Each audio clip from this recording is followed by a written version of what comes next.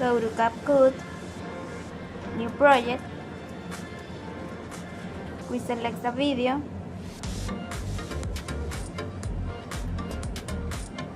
click Add,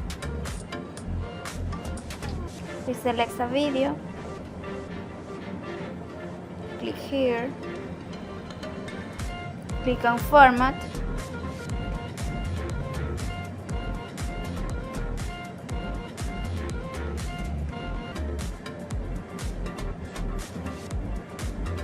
click here,